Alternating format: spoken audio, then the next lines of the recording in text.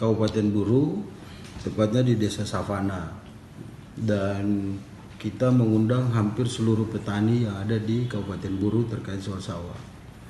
Ada beberapa hal yang dikeluhkan oleh petani. Yang pertama terkait soal hasil panen mereka yang tidak diterima oleh Bulog.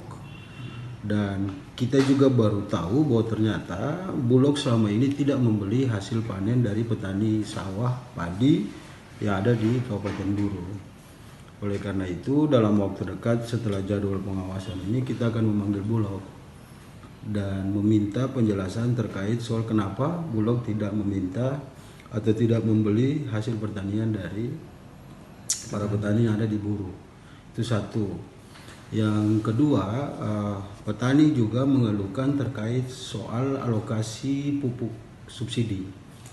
Karena ternyata alokasi pupuk subsidi yang diberikan oleh pemerintah kepada mereka itu jauh di bawah kondisi real yang mereka butuhkan.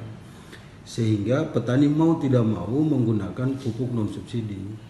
Dan ketika mereka menggunakan pupuk non subsidi, maka itu berimplikasi terhadap pendapatan maupun pengeluaran mereka dalam melakukan proses pengawasan.